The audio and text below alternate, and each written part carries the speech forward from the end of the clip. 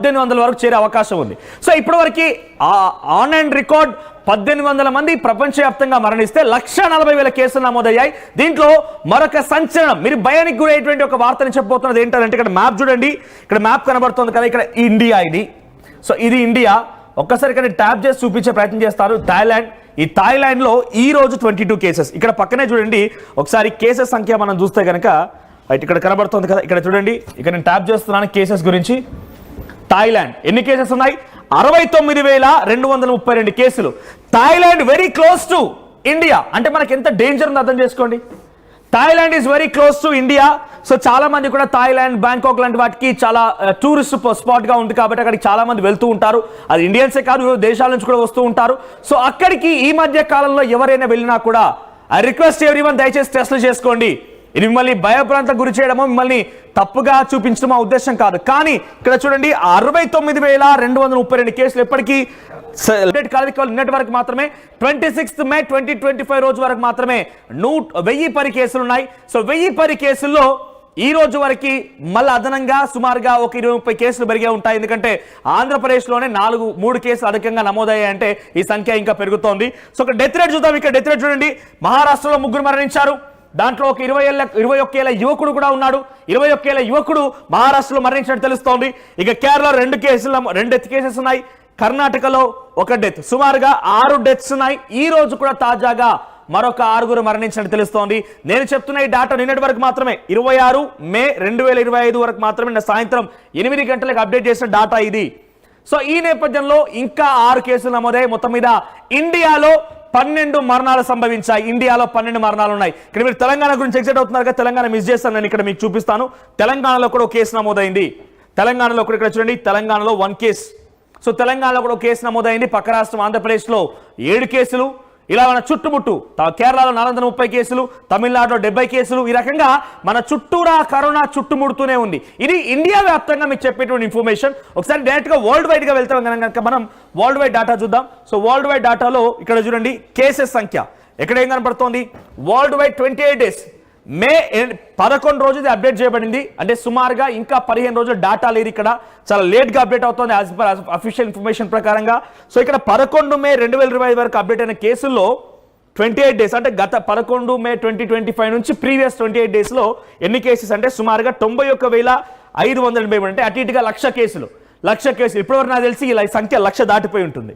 So 28 days లో ఈ cases నమోదయ్యాయి. అంటే మరొక 15 రోజులు, అంటే యావరేజ్ గా దీంట్లో హాఫ్ ఆఫ్ ది మనం వేసుకున్నా కూడా 45,000 కేసులు, అంటే సుమారుగా 130,000 నుంచి 140,000 కేసులు ఇప్పటికే వరల్డ్ వైడ్ గా నమోదై ఉంటాయి.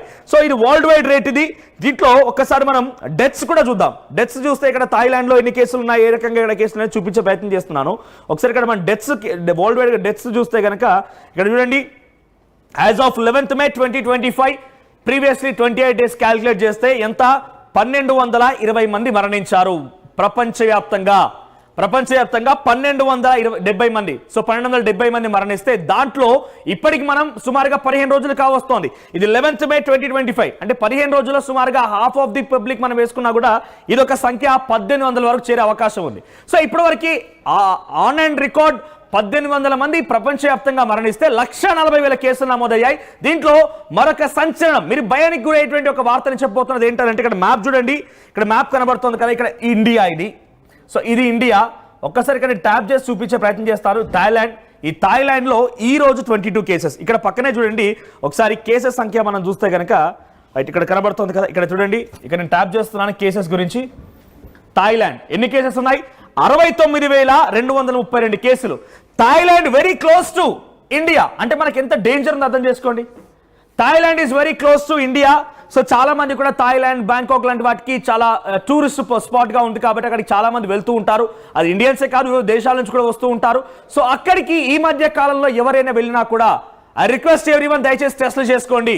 ఇది మిమ్మల్ని భయభ్రాంతకు గురి చేయడమో మిమ్మల్ని తప్పుగా చూపించడం ఆ ఉద్దేశం కాదు. కానీ ఇక్కడ చూడండి 69,232 కేసులు ఎప్పటికీ 11th మే వరకు మాత్రమే, అంటే ఈ 10 రోజుల్లో సుమారుగా ఈ సంఖ్య 1,00,000కు పైన ఆశ్చర్యపోవాల్సిన అవసరం లేదు. అంటే అధికంగా పెరుగుతూ ఉన్నాయి కాబట్టి. సో థాయిలాండ్ ఇక్కడ పక్కనే మ్యాప్ లో మీరు గమనించండి, Thailand and this is India.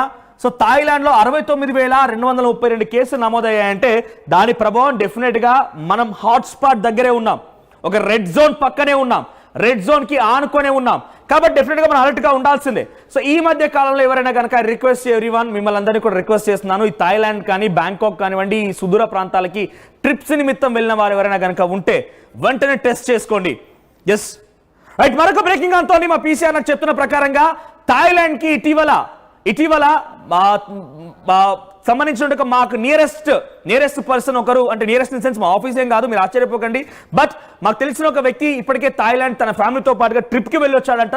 సుమారుగా 4 రోజుల క్రితం నుంచి ఆయన తీవ్రమైనటువంటి జ్వరంతో బాధపడుతున్నాడు. సో అలాంటి వ్యక్తులు ఎవరైనా కనుక ఉంటే డెఫినెట్ గా మీరు ప్రికాషన్ తీసుకోండి, టెస్టులు చేయించుకోండి. సో ఎగ్జాక్ట్ గా కోవిడ్ అని చెప్పలేను, మీరు టూరిస్ట్ స్పాట్కి వెళ్ళారు కాబట్టి కొంత అక్కడ వెదర్ చేంజ్, ఆ కండిషన్స్ కూడా ఉండే అవకాశం ఉంది కానీ ఇక్కడ కేసెస్ అధికంగా ఉన్నాయి కాబట్టి మీరు డెఫినెట్ గా అలర్ట్ గా ఉండండి, మీరు కొంత టెస్టులు తీసుకోండి. అట్ ద సేమ్ టైం ఇంత హాట్ జోన్ లో ఉన్నాం మనం. మీరు గమనించండి, ఇటు మనం తెలంగాణ ఆంధ్రప్రదేశ్ చూసుకున్నా కూడా కేరళలో ఎటువంటి సిచ్యువేషన్ చూసారు కదా. సో కేరళ విషయానికి వస్తే 430 కేసులు, very near by to Telangana and Andhra Pradesh. ఆ తర్వాత తమిళనాడు చూద్దాం. సో తమిళనాడులో 69 కేసులు. సో కర్ణాటక చూద్దాం ఒకసారి. సో కర్ణాటకలో సిచ్యువేషన్ ఎలా ఉంది చూస్తే కనుక కర్ణాటకలో కూడా 47 కేసులు. అంటే చుట్టూ మన స్టేట్స్, 2 తెలుగు రాష్ట్రాల చుట్టూ కూడా హాట్ స్పాట్సే ఉన్నాయి, ఎక్కడ తక్కువ కేసులు నమోదు కాలేదు. ప్రతి చోట సుమారుగా 100లకు పైగా కేసులు నమోదయ్యాయి. అంటే ఇక్కడ 2 తెలుగు రాష్ట్రాలు కూడా ఎక్స్ట్రీమ్ హాట్ జోన్ లో ఉన్నాయి. 2 పక్కనే మన హాట్ స్పాట్స్ ఉన్నాయి, అటు కేరళ, తర్వాత తమిళనాడు, కర్ణాటక, ఇవి చాలా కీలకమైన ప్రాంతాలు అక్కడ ఉన్నాయి. ఇక గోవా విషయానికి వస్తే కూడా గోవాలో ఇప్పటి వరకు అయితే కేవలం 1 కేసే నమోదైంది. సో గోవాలో పెద్దగా టెన్షన్ ఏం లేదు. కానీ మహారాష్ట్రలో కూడా టెన్షన్ ఉంది. మహారాష్ట్రలో కూడా సుమారుగా ఇక్కడ మన మహారాష్ట్ర సిచ్యువేషన్ కనుక చూస్తే అక్కడ కూడా సుమారుగా మహారాష్ట్రలో 210 కేసులు. సో అటు ఇటుగా మన తెలుగు 2 రాష్ట్రాల చుట్టూ at the same time India చుట్టూ హాట్ స్పాట్స్ ఉన్నాయి.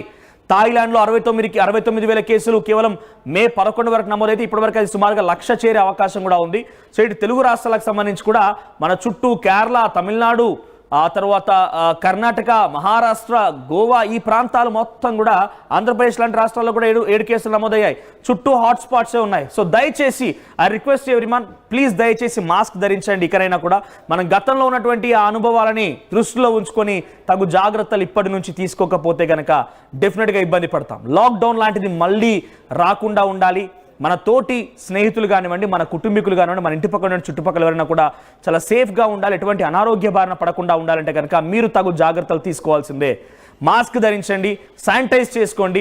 బయటికి వెళ్ళి వచ్చిన తర్వాత హైజీన్, అంటే మిమ్మల్ని మీరు ఫ్రెష్ అయిన తర్వాతనే డెఫినెట్గా మీరు తగు జాగ్రత్తలు తీసుకొని చిన్నపిల్లల్ని లేదా ముసలి వాళ్ళని కలవాల్సి ఉంటుంది. లేదంటే వాళ్ళు, ఎందుకంటే అక్కడ నేను చెప్తున్నా అంటే కోమార్బిట్స్ అని అంటే ఇక్కడ కేవలం వారంతా కూడా ఆల్రెడీ ఇమ్యూన్ డిఫిషియన్సీలో ఉండుంటారు.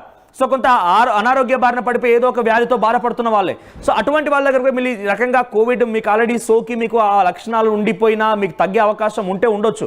కానీ అటువంటి వారు కనుక సోకితే డెఫినెట్గా కొంత ప్రమాదం ఎక్కువగా ఉంటుంది. కాబట్టి వారి నుంచి కొంచెం దూరంగా ఉండండి. సో ఇప్పటివరకు నేను చెప్పిన డేటా మొత్తం కూడా టెస్ట్ చేసుకున్న వాళ్ళ సంఖ్యనే.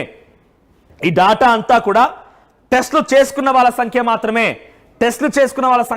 ఈ రకంగా ఉంటే టెస్టులు చేసుకోకుండా జ్వరాన బారిన పడిపోయి హెడ్ఏక్స్తో, కోల్డ్తో రకరకాల ఇబ్బందులు పడుతున్నటువంటి టెస్టులు చేసుకోకుండా ఇంకా ఉండిపోయిన వారి సంఖ్య ఇంకా ఎక్కువగానే ఉంది. వారంతా కూడా స్వీయ నియంత్రణలో ఉండి వారంతా వారు కాపాడుకునే ప్రయత్నం చేస్తూ ఉంటారు. వారంతా బయటికి ఎక్స్పోజ్ అయిపోయి నాకు కోవిడ్ వచ్చిందనేటువంటి విషయాన్ని ప్రజలు